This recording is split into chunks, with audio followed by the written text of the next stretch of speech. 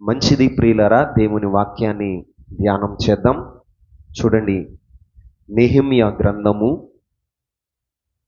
8వ అధ్యాయము 10వ వచనాన్ని ధ్యానం చేద్దాం. నెహెమ్యా గ్రంథము 8వ అధ్యాయము 10వ వచనం. మరియు అతడు వారితో ఇట్లనెను, పదండి, క్రొవ్విన మాంసమును భక్షించుడి, మధురమైన దాన్ని పానము చేయుడి. ఇది వరకు తమ కొరకు ఏమీయూ సిద్ధము చేసుకొనని వారికి వంతులు పంపించుడి. ఎలయనగా ఈ దినము మన ప్రభువునకు ప్రతిష్ఠితమాయెను. మీరు దుఃఖపడకుడి, యెహోవా యందు ఆనందించుట వలన మీరు బలము నొందుదురు. చాలండి, ఈ మాట అందరూ నాతో చెప్పండి. మీరు దుఃఖపడకుడి, యెహోవా యందు ఆనందించుట వలన మీరు బలము పొందెదరు. చాలండి, చదువుకున్న లేఖనాన్ని ధ్యానం చేసినప్పుడు ఇక్కడ దైవజనుడైన యజ్రా మాట్లాడుతున్నాడు. ఇశ్రాయేలు ప్రజలతో మాట్లాడుతున్న మాట ఏమిటంటే, మీరు దుఃఖపడకుడి, యెహోవా యందు ఆనందించుట వలన మీరు బలము పొందెదరు అని ఇక్కడ లేఖనంలో రాయబడి ఉంది. మనం దుఃఖపడకూడదు. యెహోవా యందు ఆనందించటం వలన మనము బలము పొందుతాం. ఏం పొందుతాం? బలం పొందుతాం. ఈ 2024 సంవత్సరంలో ఇప్పటికే 5వ మాసంలోకి వచ్చేసాం. ఈ 5వ మాసంలో ప్రియులారా, గడిచినటువంటి 5 మాసాల్లో కానీ గడిచిన సంవత్సరాల్లో కానీ మీ జీవితంలో ఎన్నో నష్టాలు, ఎన్నో ప్రతికూలమైన పరిస్థితులు, ఎన్నో భయానకమైన సంఘటనలు మన జీవితంలో జరిగినాయి.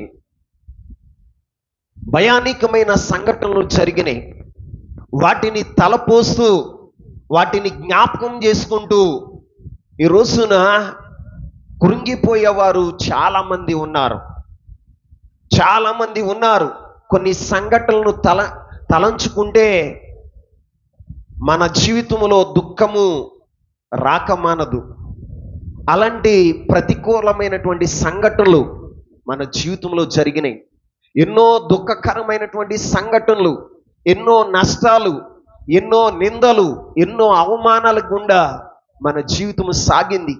గడిచినటువంటి దినాలను తలపోస్తూ మన జీవితంలో జరిగిన నష్టాలను గురించి, కష్టాలను గురించి దుఃఖపడుతూ ఉన్నవారు అనేక మంది ఉన్నారు. ప్రియులరా, ఈ రోజున ప్రభు వాక్యాన్ని బట్టి చెప్పే మాట ఏమిటంటే, మీరు యెహోవాను బట్టి ఆనందించండి. గడిచినటువంటి కాలంలో జరిగిన నష్టాలను తలపోస్తూ, జరిగిన కాలంలో గతించిన సంవత్సరాల్లో మీ జీవితంలో జరిగిన నష్టాలు తలపోస్తూ దుఃఖించటం కంటే, ఈ రోజున మన జీవితాల్లో భవిష్యత్తును గురించి ఆలోచన చేయాలి. దేని గురించి? భవిష్యత్తును గురించి ఆలోచన చేయాలి. గడిచినటువంటి సంఘటనలు, బాధాకరమైన సంఘటనలు, మన జీవితంలో జరిగిన నష్టాలు, మన జీవితంలో జరిగినటువంటి అవమానాలు, మన జీవితంలో జరిగినటువంటి వ్యతిరేకతలు తలంచుకుని మనం దుఃఖించుట కంటే మనం ఏం చేయాలో తెలుసా? యెహోవాను బట్టి ఆనందించే వారుగా మనం ఉందుముగాక.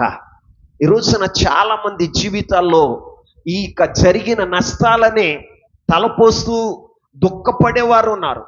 ఎవరున్నారండి? దుఃఖపడేవారు ఉన్నారు. ఈ రాత్రి పరిశుద్ధాత్ముడు నీతో చెప్తున్న మాట ఏమిటంటే, గడిచిన కాలంలో జరిగిన నష్టాల గురించి నువ్వు దుఃఖపడుతూ ఉంటే, ఆ నష్టాలని జ్ఞాపకం చేసుకుంటూ నీ జీవితంలో నీ హృదయానికి అయిన గాయాన్ని అది మానిపోతూ ఉంటే, మరలా ఆ గాయాన్ని రేపుకుంటూ దాన్నే తలంచుకుంటూ నీ జ్ఞాపకాల్లో ఉంచుకుని దినదినము నీ జీవితాల్లో కృంగిపోవటం కంటే ఈ రోజున నువ్వేం చేయాలో తెలుసా? యెహోవాను బట్టి ఆనందిస్తూ నీ జీవితంలో ముందుకు కొనసాగుతావో గాక. ఈ రోజున ఇక్కడ ఎజ్రా అనే దైవజనుడు ఇశ్రాయేలు ప్రజలతో చెప్తున్న మాట ఏమిటి అంటే, మీరు దుఃఖపడకండి. ఏమంటున్నాడని? మీరు దుఃఖపడకండి, యెహోవాను బట్టి ఆనందించండి, అప్పుడు మీరు బలము పొందుదురు అని వారితో చెప్తున్నాడు. ఎందుకు చెప్తున్నాడయ్య అంటే, వారు గడచిన కాలంలో యెరూషలేము యొక్క పరిస్థితి వారు తలపోసుకొని, వారి జీవితంలో జరిగిన నష్టం, వారి జీవితాల్లో అనుభవించినటువంటి కష్టాలు, వారి జీవితంలో అనుభవించినటువంటి బానిసత్వాన్ని తలంచుకుని వారు కృంగిపోతూ ఉన్నారు, ఏడుస్తూ ఉన్నారు. యెరూషలేముకి వచ్చారు, యెరూషలేము యొక్క ప్రాకారాలు కట్టబడిని, యెరూషలేము యొక్క గుమ్మాలు కట్టబడిని. ఒకప్పటి స్థితిని చూసి, అయ్యో, ఒకప్పుడు రక్షణయే ప్రాకారంగా దాని యొక్క జీవితంలో, యెరూషలేము యొక్క జీవితంలో రక్షణే ప్రాకారంగా వారి జీవితాల్లో ఆ యొక్క యెరూషలేము యొక్క ప్రాకారాలు రక్షణగా ఉంటే, గుమ్మాలు ఎలా ఉన్నాయో తెలుసా? ప్రఖ్యాతిగాంచినవిగా ఉన్నాయట. యెరూషలేము యొక్క గుమ్మాలు ప్రఖ్యాతిగాంచినవిగా ఉన్నాయట. అలాంటి ప్రఖ్యాతిగాంచిన గుమ్మాలు అగ్ని చేత కాల్చబడి యెరూషలేము యొక్క ప్రాకారాలన్నీ కుప్పకూలిపోయి, యెరూషలేములో ఉన్న మహోన్నతుడైన దేవుని మందిరము రాయి మీద రాయి లేకుండా కూలిపోయి, యెరూషలేము యొక్క సౌభాగ్యం అంతా పోయినప్పుడు, వారు బానిసలుగా కొనుపోబడినప్పుడు, అక్కడ వారి జీవితాలు బానిసత్వాన్ని అనుభవించినప్పుడు, వారు అనుభవించిన కష్టాలు, పాడైపోయిన యెరూషలేములో మిగిలి ఉన్నటువంటి ఇశ్రాయేలు ప్రజలు పాడైపోయిన యెరూషలేమును చూస్తూ వారి జీవితాల్లో పడిన కష్టాలను తలపోస్తూ వారు ఏం చేశారట? ఏడుస్తూ ఉన్నారట. ఏం చేస్తున్నారండి? ఏడుస్తూ ఉన్నారట. ఈ రోజున ఈ ఆరాధనకు వచ్చిన నీ జీవితంలో కూడా ఒకప్పుడు నీ కుటుంబము చాలా వైభవంగా ఉంది, ఒకప్పుడు నీ కుటుంబము చాలా భద్రంగా ఉంది, క్షేమంగా ఉంది. నీ కుటుంబము, నీ పిల్లలు అందరూ కూడా సంతోషంగా సమాధానంగా ఉన్నారు. ఈ రోజున నీ జీవితంలో అటువంటి సంతోషము ఒకవేళ కరువు అయిందేమో, నీ కుటుంబ ప్రఖ్యాతి పాడైపోయిందేమో, నీ కుటుంబం చుట్టూ ఉన్న ప్రాకారం ఒకవేళ కూలిపోయిందేమో, ఈ రోజున నీ కుటుంబంలో ఎన్నో నష్టాలు జరిగి ఉండొచ్చు. నీకు తెలిసిన వారు, నీకైన వారు, నీ రక్త సంబంధికులు, నీవు కన్నా నీ బిడ్డలే నీ కళ్ళ ముందు కడతేరిపోయి ఉండవచ్చు. అలాంటి భయానకమైనటువంటి పరిస్థితి నువ్వు అనుభవించవచ్చు. అనుభవించి ఆ నష్టాన్ని తలపోస్తూ నీ జీవితంలో కృంగిపోతున్నావేమో. ఈ రోజున నీ జీవితంలో ఒకప్పుడు నీ జీవితం ఎంతో సంతోషంగా ఉంది, నీ ఉద్యోగంలో, వ్యాపారంలో ఎంతో ఉన్నతమైన స్థితికి వెళ్ళిన వాడు, ఈ రోజున నీ జీవితంలో ఆ ఉద్యోగంలో వచ్చిన నష్టాలు, ఉద్యోగంలో ఎదురైన ప్రతికూలమైన పరిస్థితులు, నీ వ్యాపారంలో ఎదురైన ప్రతికూల పరిస్థితులు, నువ్వు చేస్తున్న పనిలో ఎదురైన ప్రతికూలమైన పరిస్థితులను బట్టి నీ జీవితంలో పడిన కష్టాలు, నీ జీవితంలో నువ్వు పొందిన అవమానాలు, నీ జీవితంలో జరిగినటువంటి ప్రతికూలమైన పరిస్థితుల్ని చూస్తూ ఒకవేళ కృంగిపోతూ ఉన్నవేమో. నీవు కూడా ఒకవేళ ఈ రాత్రి ఆరాధనకు వచ్చిన జీవితంలో, ఈ ఆరాధనకు వచ్చిన నీ జీవితంలో నీవు కూడా కృంగిపోతున్నావేమో, ఏడుస్తూ ఉన్నావేమో. దుఃఖపడుతూ ఉన్నావేమో. ఎందుకయ్యా దుఃఖం అంటే గడిచిన కాలాల్లో జరిగిన నష్టాన్ని బట్టి, గడిచిన కాలంలో జరిగినటువంటి నష్టాన్ని బట్టి నువ్వు ఏడుస్తున్నావేమో. నీ సౌభాగ్యాన్ని కోల్పోయేవేమో, కన్న బిడ్డలను కోల్పోయేవేమో, నీ జీవితంలో కుటుంబంలో నష్టం, వ్యాపారంలో నష్టం, చేతి పనుల్లో నష్టం, వ్యవసాయంలో నష్టం, భార్యాభర్తల మధ్యన ఐక్యత లేక ఒకవేళ నీ జీవితంలో కన్నీరు కరుస్తున్నావేమో. ఒకప్పుడు సంతోషంగా ఉంది మా దాంపత్య జీవితం, ఇప్పుడు లేదయ్యా, మా దాంపత్య జీవితంలో నెమ్మది లేదయ్యా అని నువ్వు వాపోతున్నావేమో. దేవుని మాటను బట్టి నేను చెప్తున్న మాట ఏమిటయ్యా అంటే, మీరు దుఃఖపడకండి. ఆమేన్. దుఃఖపడకండి, యెహోవాను బట్టి ఆనందించండి, మీరు బలము పొందుతారు. బలం పొందుతారు. ఈ రోజున చాలా మంది ఆత్మీయులు వారికి వారే బలహీనపరుచుకుంటున్నారు. ఎలాగయ్యా అంటే జరిగిన నష్టాలు, ఎలాగయ్యా అంటే వారి జీవితంలో ఎదురైన అవమానాలు. నిజమే, మన జీవితంలో మనం అమితంగా ప్రేమించిన వారే మన జీవితంలో నష్టం కలగజేసి ఉండవచ్చు. వారిని తలపోస్తున్నప్పుడు మనకి బాధ కలుగుతూ ఉండొచ్చు. ఈ రోజున నీకు నీవుగా, ఆత్మీయుడైన నీవుగా నువ్వు బలహీనపరచబడకూడదు. నువ్వు బలహీనపరచబడకూడదు. దేవుని బట్టి ఏం చేయాలి అంటే నువ్వు బలం పొందిన వాడుగా ఉండాలి. ఆమేన్. ఈ రాత్రి దేవుని బట్టి బలం పొందిన వాడుగా ఉండాలి. నేను ఒక మాట చెప్తాను, మన జీవితంలో ఏదైనా జరిగింది అంటే సృష్టికర్త అయిన దేవునికి తెలియకుండా ఏదియూ జరగదు. ఆమేన్. ఏదియూ జరగదు. మనం అనుకుంటాం, అయ్యో ఘోరం జరిగిపోయిందే, అయ్యో ఘోరం జరిగిపోయిందే అని ఏడుస్తూ ఉంటాం. మన జీవితంలో జరిగే ప్రతీది కూడా దేవునికి తెలుసు. ఆమేన్ చెప్పండి. ఒక మాట చెప్పనా? మొదటి రాజుల గ్రంథం 12వ అధ్యాయం 24వ వచనాన్ని చదువుతాం. మొదటి రాజుల గ్రంథం 12వ అధ్యాయము 24వ వచనం. యెహోవా సెలవిచ్చినది ఏమనగా జరిగినది నా వలననే జరిగెను. మీరు ఇశ్రాయేలు వారకు చాలండి. ఇక్కడ యెహోవా సెలవిస్తున్న మాట ఏమిటో తెలుసా? జరిగినది నా వలనే జరిగెను. ఆమేన్. ఏం జరిగింది? ఒకప్పుడు యెరూషలేము ఒకప్పుడు ఇశ్రాయేలీలందరూ కూడా ఒకటిగా ఉండేవాళ్ళు. సౌలు పరిపాలిస్తున్నప్పుడు, దావీదు పరిపాలిస్తున్నప్పుడు, సొలొమోను పరిపాలిస్తున్నప్పుడు ఇశ్రాయేలు దేశం అంతా ఒకటిగా ఉంది. ఎలా ఉందండి? ఒకటిగా ఉంది. కానీ సొలొమోను కుమారుడైన రెహబాము పరిపాలన చేస్తున్నప్పుడు రాజ్యం ఏమైందో తెలుసా? రెండుగా చీలిపోయింది. ఎలా చీలిపోయింది? రెండుగా చీలిపోయింది. ఇశ్రాయేలుల 10 గోత్రాలు ఒకవైపు ఉండగా మిగిలిన 2 గోత్రాలు ఒకవైపున ఉన్నాయి. రెహబాము పరిపాలనలో యెరోబాము తిరుగుబాటు చేసి రాజ్యమును ఏం చేశాడో తెలుసా? రెండుగా చీల్చేశాడు. అప్పుడు ప్రభు చెప్తున్న మాట ఏమిటో తెలుసా? జరిగినది నా వల్లనే జరిగింది.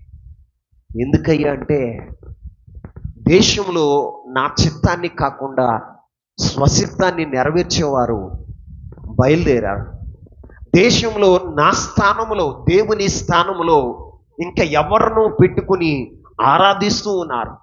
దేశమంతా భ్రష్టత్వంతో నింపబడింది. దైవికమైన భయం దేశంలో లేనప్పుడు దేవుడు ఏం చేశాడు తెలుసా? ఆ రాజ్యాన్ని రెండుగా చీల్చేశాడు. ఏం చేశాడండి? రెండుగా చీల్చేశాడు. ఒకప్పుడు ఒకటిగా ఉన్నటువంటి ఇశ్రాయేలు దేశం రెండుగా చీలిపోయింది. ఎలా చీలిపోయిందండి? రెండుగా చీలిపోయింది. ఈ రోజున ఆరాధనకు వచ్చిన నీ జీవితంలో కూడా, నీ కుటుంబంలో కూడా ఒకప్పుడు ఐక్యంగా ఉన్న నీ కుటుంబం ఇప్పుడు చీల్చబడిందా? వేరు చేయబడిందా? ఈ రోజున ఒకప్పుడు సౌభాగ్యాన్ని అనుభవించిన నీ జీవితంలో సౌభాగ్యం కరువు అయిందా? ఒకప్పుడు పిల్లలతో అందరితో కూడా సంతోషించిన నీ జీవితంలో పిల్లలందరూ నీకు ఎడబాచిపోయారా? కారణం ఏంటో తెలుసా? ఇది యెహోవా వలననే జరిగింది. ఆమేన్. దేవునికి తెలియకుండా నీ జీవితంలో ఏది జరగదు.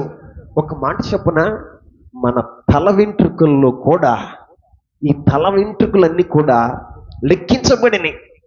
ఈ వెంట్రుకలు ఒకటి రాలి పడాలి అంటే దేవుని అనుమతి ఉండాలి. ఏముండాలి? దేవుని అనుమతి ఉండాలి. ఈ రోజున నీ జీవితంలో జరిగిన నష్టానికి, ఈ రోజున నీ జీవితంలో నువ్వు అనుభవిస్తున్న కష్టానికి కారణం ఏంటి అంటే అది నా ప్రభువుకి తెలియకుండా ఉండదు అని నేను ప్రభు వాక్యాన్ని బట్టి మీకు చెప్తున్నాను.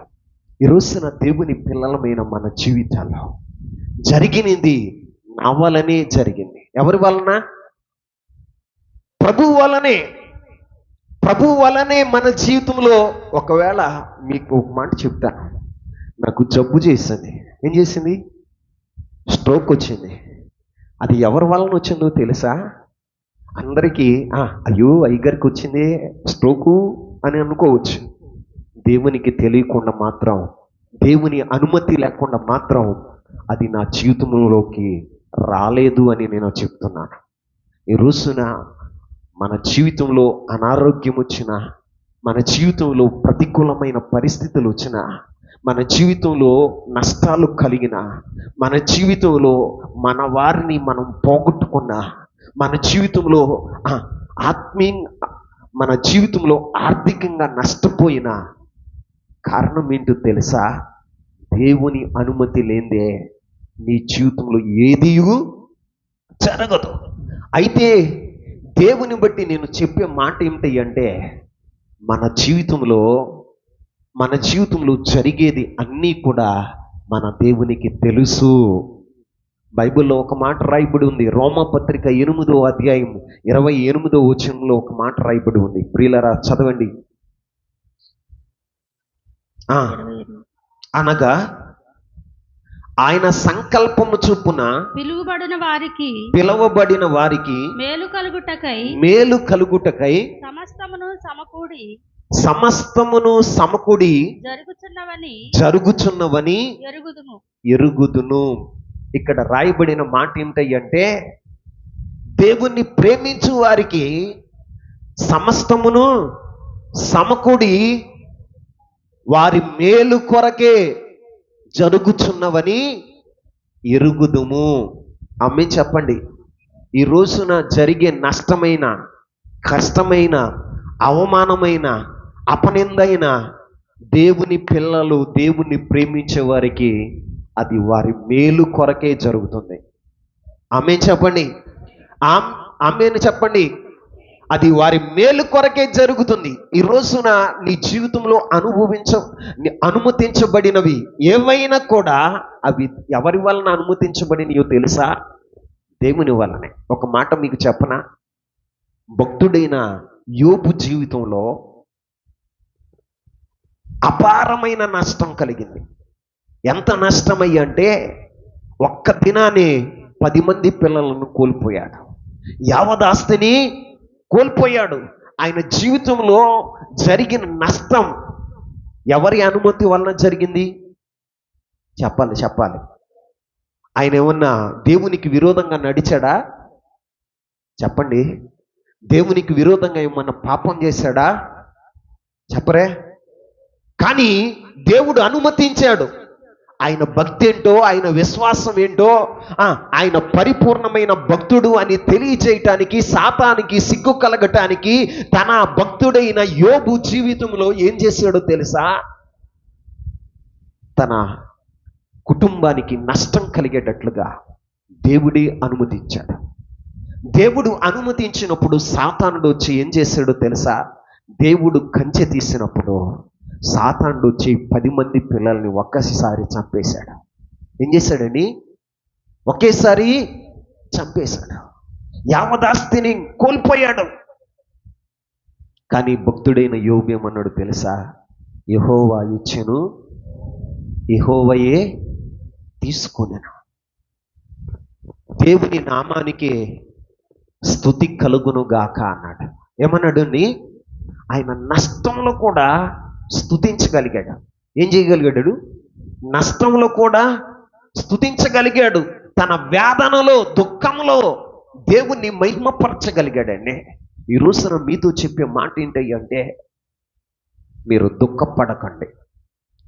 జరిగిన నష్టాల గురించి ఇక దుఃఖపడకండి. జరిగిపోయిన నష్టం ఏదో జరిగిపోయింది. ఆ నష్టాలనే మనం జ్ఞాపకం చేసుకోకూడదు. ఆ నష్టాలనే మనము జ్ఞాపకం చేసుకోకూడదు. చాలామంది జీవితాల్లో జరిగిపోయిన నష్టాలను జ్ఞాపకం చేసుకుంటున్నారు. ఒక త్రాగిబోతు వాడు వ్యసనాక్రాంతుడైనట్లుగా ఈ రోజున ఆత్మీయులైన పిల్లలు కూడా జరిగిపోయిన నష్టాలను జ్ఞాపకం చేసుకుంటూ పదే పదే వాటిని తలంచుకుంటూ అదొక వ్యసనంగా మారిపోయింది. ఎలా మారిపోయిందండి? వ్యసనంగా మారిపోయింది. ఈ రోజున జరిగిన నష్టాలను తలపోస్తూ ఏడుస్తూ వారి జీవితాలు ఏం చేస్తున్నారు తెలుసా? భవిష్యత్తును గురించి ఆలోచన చేయట్లా. భవిష్యత్తును గురించి ఆలోచన చేయట్లా. ఈ రోజున నీ జీవితంలో దేవుని వాక్యాన్ని బట్టి చెప్పే మాట ఏమిటి అంటే, దుఃఖపడమాకు. ఆమేన్. యెహోవాను బట్టి ఆనందించు. యెహోవాను బట్టి ఆనందించు. ఈ రాత్రికాల సమయంలో నువ్వేం చేయాలి అంటే, నువ్వు దుఃఖం నుండి విడుదల పొందాలంటే, నీ జీవితంలో ఆ జరిగిపోయిన సంఘటనల నుండి నువ్వు విడుదల పొందాలి అంటే, వెనక ఉన్న వాటిని మరిచిపోయేవారుగా ఉండాలి. జరిగిపోయిన వాటిని మరిచిపోవాలి. ఏం చేయాలండి? జరిగిపోవాలి. అందుకే పౌలు అపోస్తలుడు చెప్తున్నాడు, ఫిలిప్పీలకు రాసిన పత్రికలో ఒక మాట చెప్తున్నాడు. చూడండి, ఫిలిప్పీలకు రాసిన పత్రిక 3వ అధ్యాయం 13వ వచనాన్ని చదువుదాం. సహోదరులారా, నేను ఇదివరకే పట్టుకొని ఉన్నానని తలంచుకొనను. అయితే ఒకటి చేయుచున్నాను, వెనకున్నవన్నీ మరచి ముందున్న వాటి కొరకు వేగిరపడుచున్నాను. ఆమేన్. ఇక్కడ పౌలు అపోస్తలుడు చెప్తున్న మాట ఏంటో తెలుసా? నేను ఒకటి చేయుచున్నాను. అదేంటో తెలుసా? వెనకున్నవన్నీ మరిచి ముందున్న వాటి కొరకు వేగిరపడుచున్నాను. ఈ రోజున నీ జీవితంలో కూడా నువ్వు చేయవలసిన పని ఏమిటి అంటే, నీ జీవితంలో జరిగిన నష్టాలు, కష్టాలు, అవమానాలు, ఈ రోజున నీ జీవితంలో ఎదుర్కొన్న ప్రతికూలమైన పరిస్థితులు, వీటిలన్నిటిని ఏం చేయాలో తెలుసా? నువ్వు మరిచిపోయేవాడగా ఉండాలి. ఏం చేయాలి? మరిచిపోవాలి.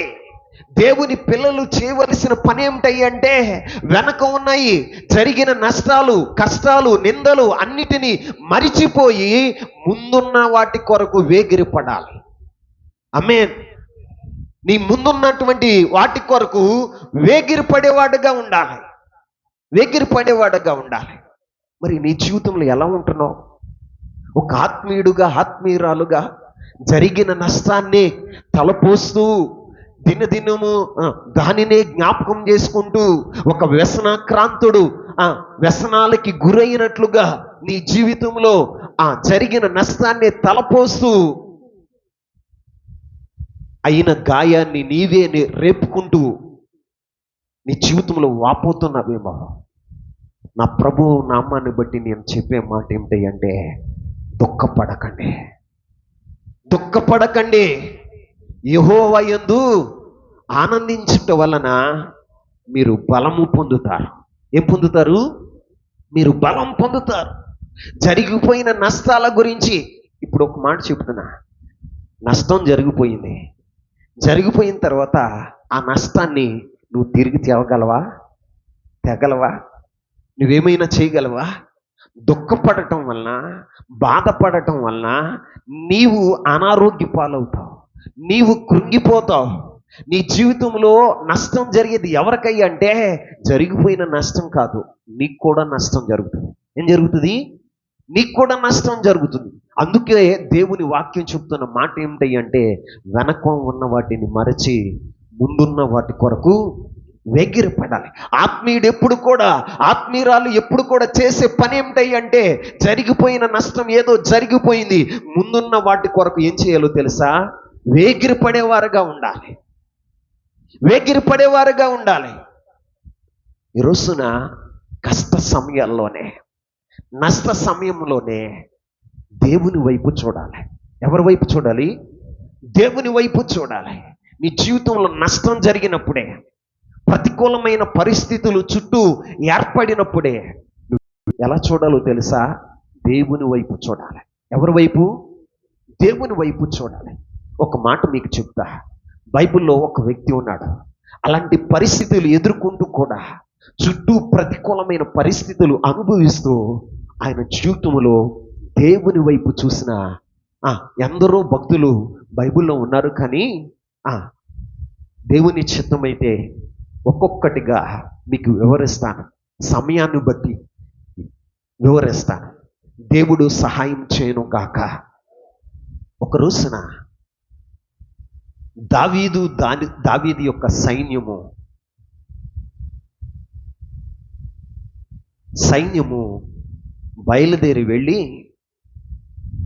ఆకీషు రాజుతో ఇశ్రాయేలు మీదకి, సౌలు మహారాజు మీదకి యుద్ధానికి వెళ్ళాలని బయలుదేరారు. సౌలు చేత తరంబడిన దావీదు గాతు ప్రాంతానికి వెళ్ళిపోయాడు. ఏ ప్రాంతానికి? గాతు ప్రాంతానికి వెళ్ళిపోయాడు.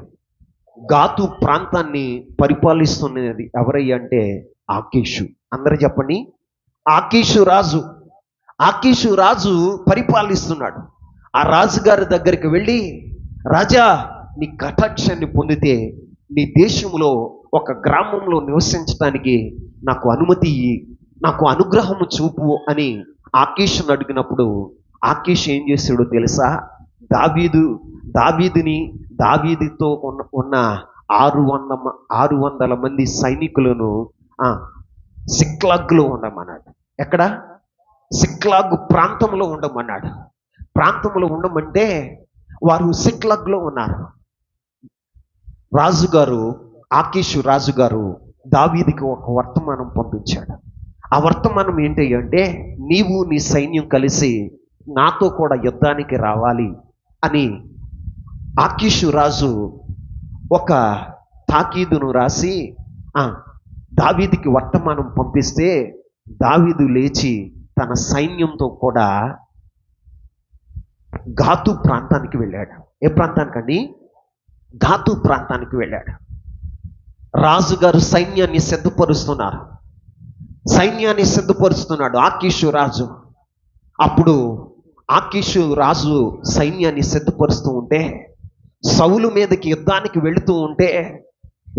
వెళ్ళబోతూ ఉంటే, ఆ ఫిలిస్తీన్లలో సర్దార్లు ఆకీషు రాజుతో మాట్లాడుతున్నారు. రాజా, మన మధ్య ఉన్నది ఎవరో తెలుసా? దావీదు. ఒకప్పుడు ఇశ్రాయేలు పక్షాన యుద్ధం చేసిన ఈ దావీదు ఒకప్పుడు ఒక పాట పాడారు. ఇశ్రాయేలు స్త్రీలందరూ ఒక పాట పాడారు తెలుసా? సౌలు 1000 కొలది అయితే దావీదు 10,000 కొలది అని పాట పాడిన దావీదు ఇతడేనయ్యా. ఒకప్పుడు మన నాయకుడైన ఫిలిస్తీయుడైన గొలియాతుని హతమార్చింది ఇతడేనయ్యా. ఇప్పుడు ఈయనను తీసుకువెళితే ఆ యుద్ధానికి సౌలు మీద యుద్ధానికి తీసుకువెళితే, సౌలుతో సంధి చేయటానికి, సౌలుతో సమాధాన పడటానికి ఒకవేళ యుద్ధంలోకి వెళ్ళినాక దావీదు మనసు మారిపోయి మన మీద తిరుగుబాటు చేస్తే మనకి చాలా నష్టం జరుగుతుంది. ఇదిగో దావీదు యొక్క సైన్యం యుద్ధానికి రావటానికి వీలు లేదు, వాళ్ళు వస్తే మేము రాము అని అన్నట్లుగా ఫిలిష్తీయులు సర్దారులు ఆకీషుతో చెప్పారు. ఆకీషు రాజుతో చెప్తే ఆకీషు రాజు దావీదును పిలిచి యుద్ధానికి నీవు నీ సైన్యం రావద్దు, మీరు సిక్లాగ్కి వెళ్ళిపోండి. ఏమన్నాడని?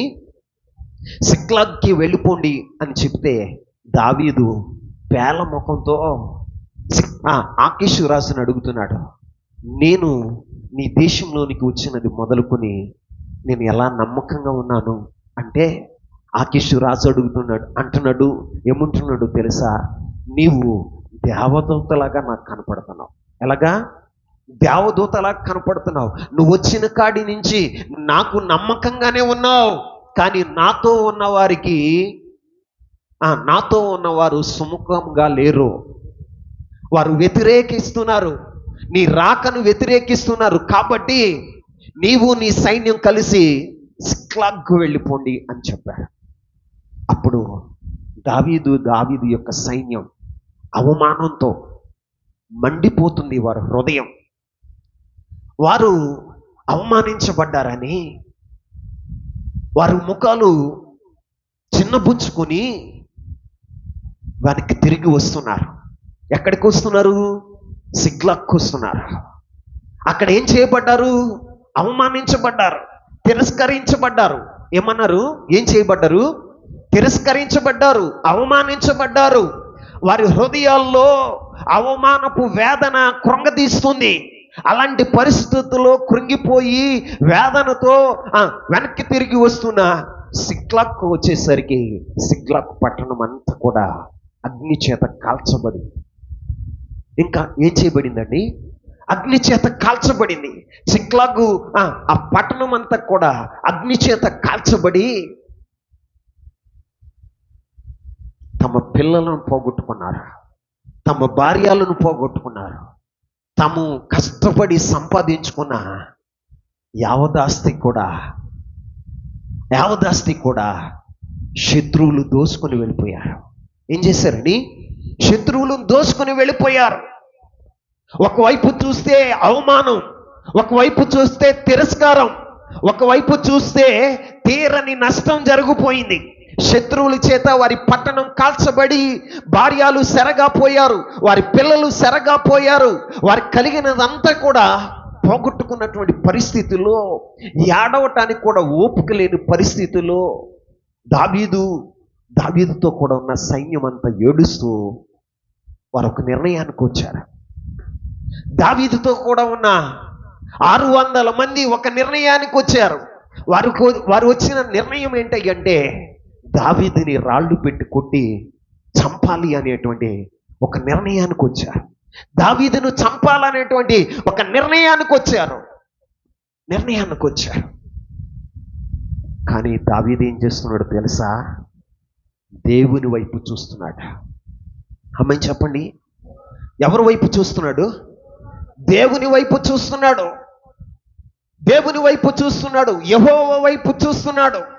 ఆ కష్టకాలంలో, విషమ పరిస్థితిలో అసలు దేవుని తట్టు ఎలా చూడగలిగాడండి? విషమ పరిస్థితుల్లో దేవుని తట్టు ఎలా చూడగలిగాడు? వీళ్ళందరూ ఏమో నమ్మక ద్రోహం చేస్తున్నారు. అసలు వీళ్ళు ఎవరు? ఈ 600 మంది అని మనం పరిశీలన చేస్తే బైబిల్లో ఆ 600 మంది ఎవరయ్యా అంటే ఇశ్రాయేలు దేశంలో వారు ఎలాంటి వారయ్యా అంటే అప్పులు చేసిన వారు. ఎవరండి?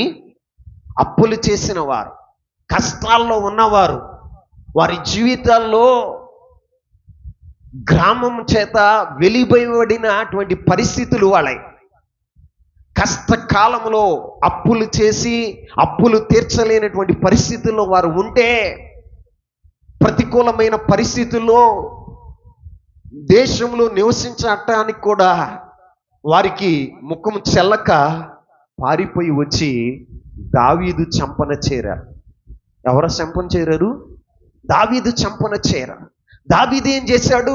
వచ్చిన వారిని పోషిస్తూ వారి జీవితంలో ఉన్నతంగా వారిని స్థిరపరిచి వారికి ఉన్నతమైనటువంటి పదవులు ఇచ్చిన వాడుగా ఉన్నాడు. ఏం చేసిన వాడుగా ఉన్నాడండి? వారిని పోషించి సంరక్షించి వారిని ఉన్నతమైనటువంటి స్థితిలోనికి తీసుకువచ్చిన వాడుగా ఉన్నాడు. అలాంటి పరిస్థితిలో వీళ్ళు ఏం చేస్తున్నారో తెలుసా? ఉన్నతమైన స్థితికి వచ్చిన తర్వాత దావీదుకి ద్రోహం చేస్తున్నారు. ఏం చేస్తున్నారండి? దావీదుకి ద్రోహం చేస్తున్నారు. ఎవరి కోసం కష్టపడ్డాడో, ఎవరి క్షేమం కొరకు కష్టపడ్డాడో, ఎవరిని ఉన్నతమైన వారిగా తీర్చిదిద్దాలని ప్రయాసపడ్డాడో వారే కష్టకాలంలో దావీదు మీద తిరుగుబాటు చేసి ద్రోహం చేసి రాళ్ళు పెట్టి కొట్టి చంపాలని చూస్తున్నారు. ఏం చూస్తున్నారండి? రాళ్ళు పెట్టి కొట్టి చంపాలని చూస్తున్నారు. అలాంటి పరిస్థితుల్లో దావీదు ఎవరి వైపు చూశాడో తెలుసా? ప్రభువైన యెహోవా వైపు చూశాడు. దేవుడైనా యెహోవా వైపు చూశాడు. ఆ విషమ పరిస్థితుల్లో దావీదు దేవుని వైపు చూడగలిగాడు. ఈ రోజున ఒక ఆత్మీయుడుగా, ఒక ఆత్మీయురాలుగా నీవు కూడా చుట్టూ ప్రతికూలమైన పరిస్థితులు వచ్చినప్పుడు, నువ్వు నమ్మిన వారే నీ మీద తిరుగుబాటు చేసినప్పుడు, నీవు ఎవరి కొరకు కష్టపడ్డావో వారే నిన్ను చంపాలని ప్రయత్నం చేస్తూ ఉన్నప్పుడు, నీవు ఎవరికైతే ఉన్నతమైన స్థాయిని ఇవ్వాలని ప్రయత్నం చేసావో వారే నీ మీద కుట్ర చేసి నిన్ను చంపాలని ప్రయత్నం చేస్తున్నప్పుడు నువ్వేం చేయాలో తెలుసా? దేవుని వైపు చూడాలి. ఎవరి వైపు చూడాలి? దేవుని వైపు చూడాలి.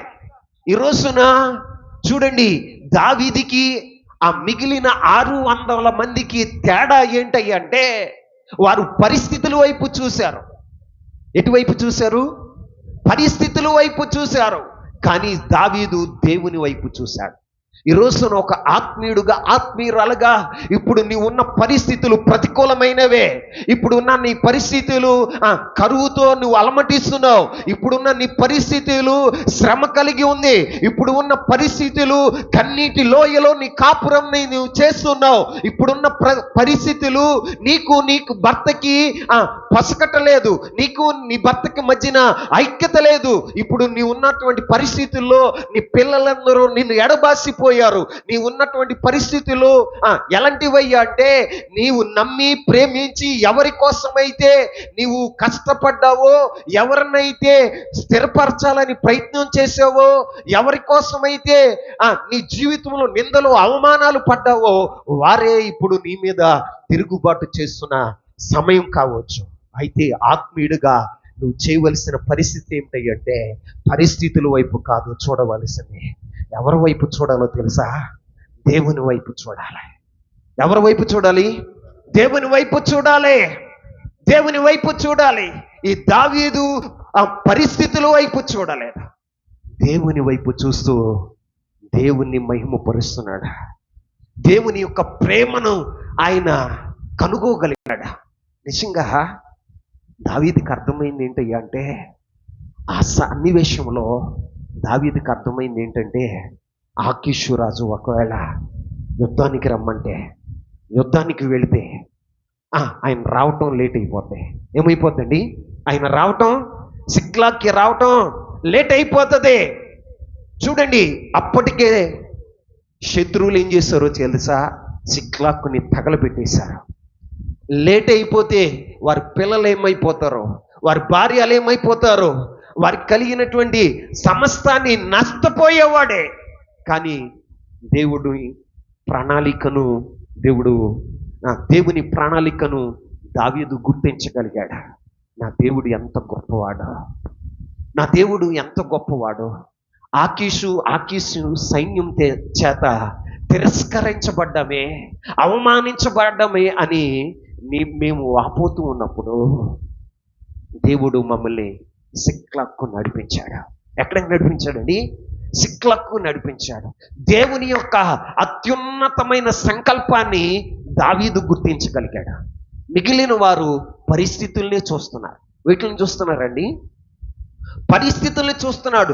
సకాలంలో దావీదు సిక్లాకు రాకపోతే మరలా పోగొట్టుకున్న వాటిని సంపాదించుకునేవాడు కాదు. వారు వారి దేశాలకి వెళ్ళిపోయేవాళ్ళు. శత్రువులు వారి వారి దేశాలకి వెళ్ళిపోయేవారు. వారి పిల్లల్ని, వారి భార్యల్ని అనుభవిస్తూ, వారి జీవితాల్లో వారిని కష్టపెడుతూ వారి ఆస్తి అంతా కూడా వారి వశమైపోయాడు.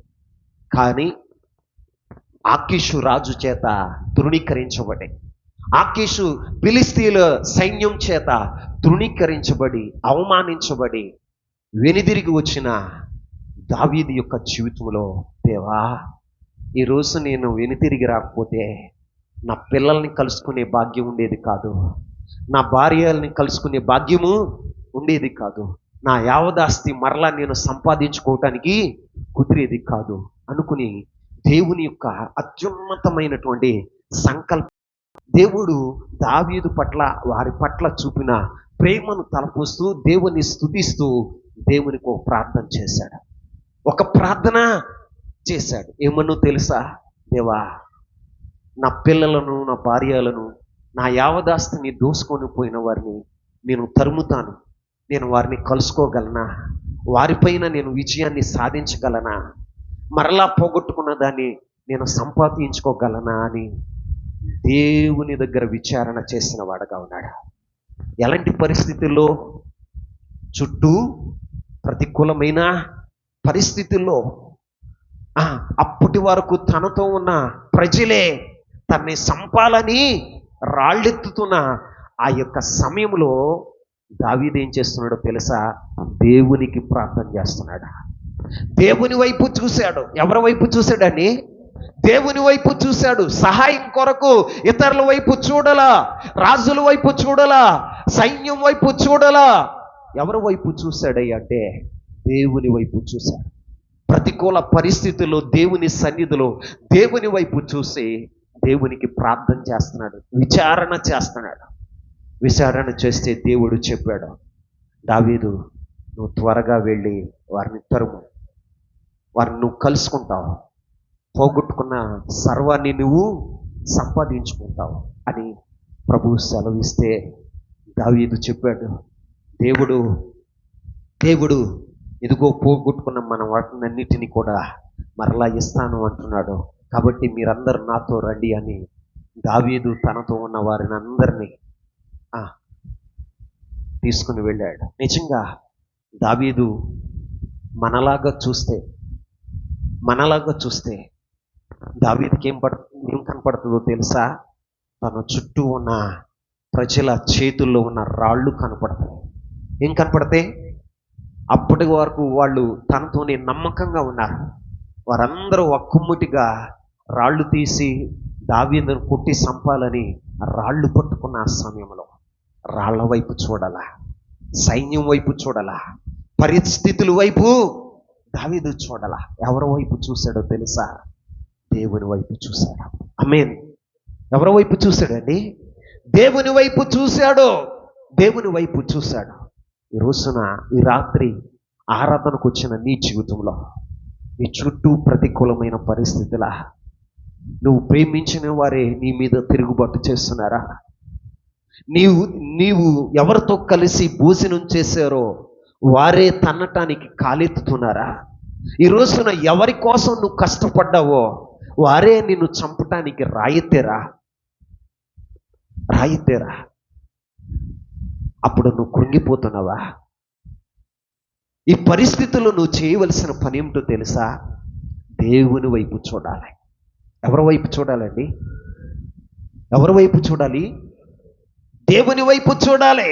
ఒక ఆత్మీయుడు అయితే, ఒక ఆత్మీయురాలు అయితే నీ ప్రతికూలమైన పరిస్థితుల వైపు చూడక యెహోవా వైపు నువ్వు చూసిన వాడగా ఉండుగాక. నువ్వు అలా చూడగలిగితే పోగొట్టుకున్న వాటినన్నిటినీ సంపాదించుకోగలుగుతావు. అందుకే మీకు చెప్తున్న మాట ఏమిటంటే, జరిగిన నష్టం వైపు మీరు చూడమాకండి. ప్రస్తుతం ఉన్న పరిస్థితుల వైపు మీరు చూడమాకండి. మీరు చూడవలసింది ఎటువైపు అంటే నా ప్రభు అయిన యేసుక్రీస్తు వారి వైపు, నా ప్రభు అయినా యేసుక్రీస్తు వారి వైపు, ఆయన వైపు నువ్వు చూడాలి. ఆయన వైపు నువ్వు చూడగలిగితే ఈ లోకంలో పందెపు రంగంలో మనం పరిగెత్తగలుగుతాం. ఆమేన్ చెప్పండి. పందెపు రంగంలో పరిగెత్తగలుగుతాం, గమ్యాన్ని చేరగలుగుతాం. ఈ రోజున మరి ఇంక ఎవరి వైపు చూసినా నీ జీవితంలో నిరాశ మిగులుతుంది. నీ జీవితంలో నిరాశ మిగులుతుంది. ఎవరి వైపు చూసినా, పరిస్థితుల వైపును చూసినా, లేకపోతే ఆ పరిస్థితులు నీ వైపు నువ్వు చూసుకున్నా, లేకపోతే నిదానించి ఆ పరిస్థితుల వైపు నువ్వు చూసినా, నీకు మిగిలేది ఏంటి అంటే నిరాశ. ఏంటండి? నిరాశ. ఈ రోజున వాక్యాన్ని బట్టి నీతో చెప్పే మాట ఏంటి అంటే, విశ్వాసమునకు కర్తయు దాన్ని కొనసాగించువాడైన యేసు వైపు చూస్తూ నువ్వు పరిగెత్తాలి. ఆమేన్ చెప్పండి. యేసు వైపు మనం చూడాలి. ప్రతికూలమైన పరిస్థితుల్లో యేసుక్రీస్తు వారి వైపు మనం చూడాలి. మరి నువ్వెవరి వైపు చూస్తున్నావు? జరిగిన నష్టాల వైపు చూస్తున్నావా? చెలమా, జరిగిన నష్టం వైపు చూస్తున్నావా? నిన్ను నీవు చూసుకుంటున్నావా? నీ నిస్సహాయ స్థితి నువ్వు చూసుకుంటున్నావా? అయ్యో నేను ఒంటరి వాడినే, నేను ఒంటరి దానినే, నాకెవరున్నారు అని నువ్వు అనుకుంటున్నావా? దావీదు అలా అనుకున్నాడా? అప్పటి వరకు 600 మంది ఆయనతో కూడా ఉన్నారు. కానీ 600 మంది ఒకేసారి ఆయనకి శత్రువులైపోయారు. భార్యలు లేరు, పిల్లలు లేరు, ఆస్తి లేదు. దావీదు కూడా ఒంటరి వాడే. కానీ ఎటు చూశాడు తెలుసా? దేవుని వైపు చూశాడు. ఎటువైపు చూశాడు? దేవుని వైపు చూశాడు. ఈ రాత్రికాల సమయంలో నేను చెప్పే మాట ఏంటి అంటే, నీ పరిస్థితులు ప్రతికూలంగా ఉన్నా, నీ చుట్టూ ఉన్న వారందరూ నీ మీద తిరుగుబాటు చేసి విరోధంగా మారిపోయిన, నీ ప్రాణాలు తీయాలని చూస్తున్నా, నువ్వు చూడవలసింది ఎవరి వైపు అంటే, నా ప్రభు అయిన యేసు వైపు చూడాలి. ఆయనే విశ్వాసమునకు కర్తయు దాన్ని కొనసాగించువాడైనా యేసుక్రీస్తు ప్రభువారు. అందుకే ఆయన వైపు మనం చూడాలి. మన జీవితాన్ని కొనసాగించాలన్నా, మన జీవితంలో విజయాన్ని పొందుకోవాలన్నా, మన జీవితంలో ఉన్నతమైన కార్యాలు చేయాలన్నా, మన జీవితంలో ఉన్నతమైన శిఖరానికి ఎక్కాలన్నా ఎవరు మనకు సహాయం చేస్తారై అంటే ప్రభు అయినా యేసుక్రీస్తు ప్రభువారే. ఒంటరి వాడను అనుకోమాకు, ఒంటరి దాన్నే అనుకోమాకు. నీతో కూడా ప్రభు ఉన్నాడు.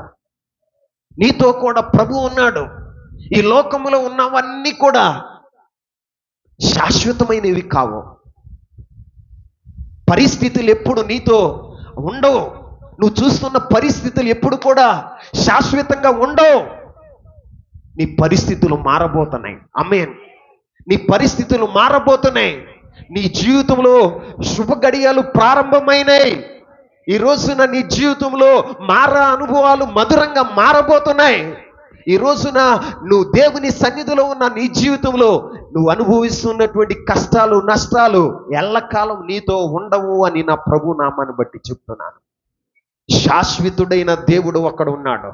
ఆయన పేరు నజరేయుడైన యేసు. ఆయన వైపు నువ్వు చూడగలిగితే నీ పరిస్థితులన్నిటిని కూడా ఆయన చక్క పెట్టగలిగిన వాడు. ఆమేన్. అందుకే ఎవరి వైపు చూడాలి అంటే యేసయ్య వైపు చూడాలి. ఎవరి వైపు చూడాలి? యేసు వైపు చూడాలి. దావీదు ఎవరి వైపు చూశాడు? పరిస్థితుల వైపు చూడాలా, చుట్టూ ఉన్న వారి వైపు చూడాలా, వారు ఎత్తిన రాళ్ల వైపు చూడాలా, యేసు వైపు చూశాడు. కాబట్టి దైవ చిత్తము, దేవుని యొక్క చిత్తము దావీదు తెలుసుకోగలిగాడు. జరిగేదంతా కూడా మన మంచి కొరకే. దేవుని చిత్తం లేకుండా ఏది మన జీవితంలో జరగదు. ఏది జరిగినా అది దేవుని అనుమతి వలనే నీ జీవితంలో జరిగింది. నీకు ఏదైనా బలహీనత వచ్చిందా? అది దేవుడే అనుమతించాడు. ఏదైనా నష్టం జరిగిందా, అది దేవుడే అనుమతించాడు.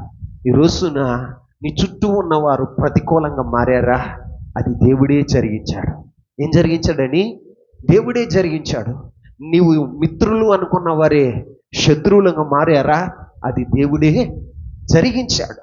ఆయనకి తెలియకుండా ఏది జరగదు. కాబట్టి మనం ఏం చేయాలి అంటే, ప్రతికూలమైన పరిస్థితుల్లో దేవుని వైపు మనం చూసేవారుగా ఉండాలి. చూసేవారుగా ఉంటే దేవుడు ఏం చేస్తాడో తెలుసా?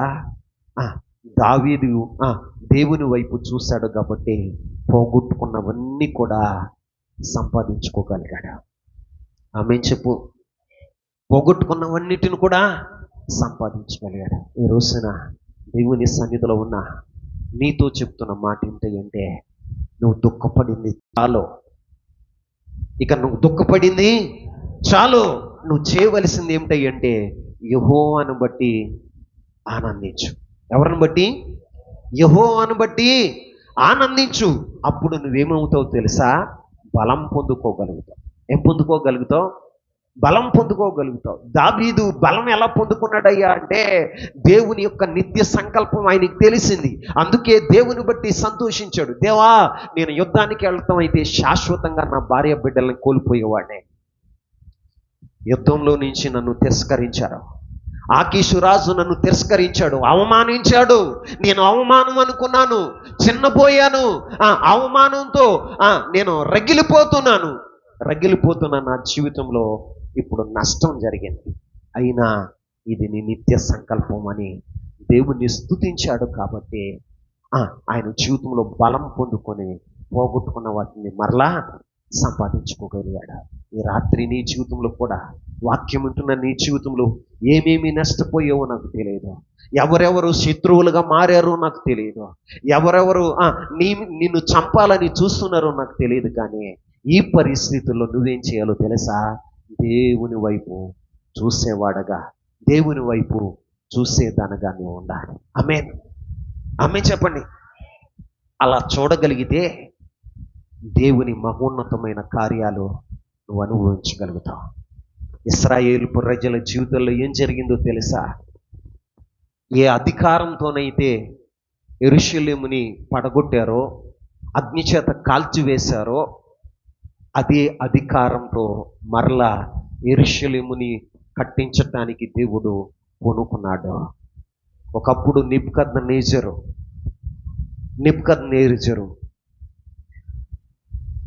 యెరూషలేము మీదకి దండెత్తి వచ్చి వారి జీవితంలో యెరూషలేమునంతటిని పాడు చేశాడు. అగ్నిచేత కాల్చివేశాడు. ఆషూరు రాజు దండెత్తి వచ్చి యెరూషలేముని పాడు చేశారు. అలాంటి పరిస్థితుల్లో దేవుడు ఏం చేశాడో తెలుసా? మరలా చూడండి, ఒక మాట చదవండి. నెహెమ్యా గ్రంథం, ఎజ్రా గ్రంథం 1వ అధ్యాయం 2వ వచనాన్ని చదువుదాం. ఎజ్రా గ్రంథం 1వ అధ్యాయం 2వ వచనం. పారసిక దేశపు రాజైన కోరేషుకు ఆజ్ఞాపించినదేమనగా, ఆకాశమందలి దేవుడైన యెహోవా లోకమందున్న సకల జనులను నా వశము చేసి యోధా దేశమందు యెరూషలేములో తనకు మందిరమును కట్టించుమని నాకు ఆజ్ఞ ఇచ్చి ఉన్నాడు. చూడండి, ఇక్కడ కోరేషు మహారాజు చెప్తున్నాడు. పారసిక దేశపు రాజైన కోరేషు చెప్తున్న మాట ఏమిటో తెలుసా? ఆకాశమందు దేవుడైన యెహోవా లోకమందున్న సకల జనులను ఎవరు వశం చేశాడంట? కోరేషు రాజు యొక్క వశం చేసిన దేవుడే కోరేషుకి ఆజ్ఞాపిస్తున్నాడు. ఏమనో తెలుసా? నీ వెళ్ళి యెరూషలేము మందిరముని కట్టు. ఆమేన్ చెప్పండి. యెరూషలేము మందిరాన్ని కట్టించు. యెరూషలేము యొక్క ప్రాకారాలను కట్టించుమని దేవుడే ఆజ్ఞాపించాడట. దేవుడే ఆజ్ఞాపించాడట. అందుకే ఇక్కడ ఎజ్రా ఇశ్రాయేలు ప్రజలతో చెప్తున్నాడు, మీరు దుఃఖపడవకండి, యెహోవాను బట్టి ఆనందించండి. ఆయన మనల్ని యెహోవాను బట్టి ఆనందించినప్పుడు మీరు బలం పొందుతారు అని చెప్పాడు. ఎందుకు చెప్పాడో తెలుసా?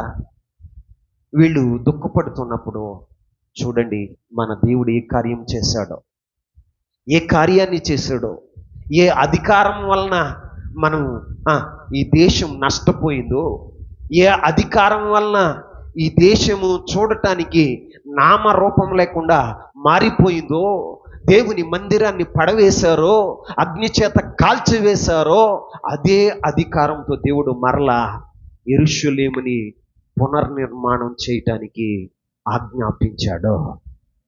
ఆ రాజుకే, బానిసలుగా తీసుకువెళ్ళిన రాజుకే ఏం ఆజ్ఞాపించాడో తెలుసా?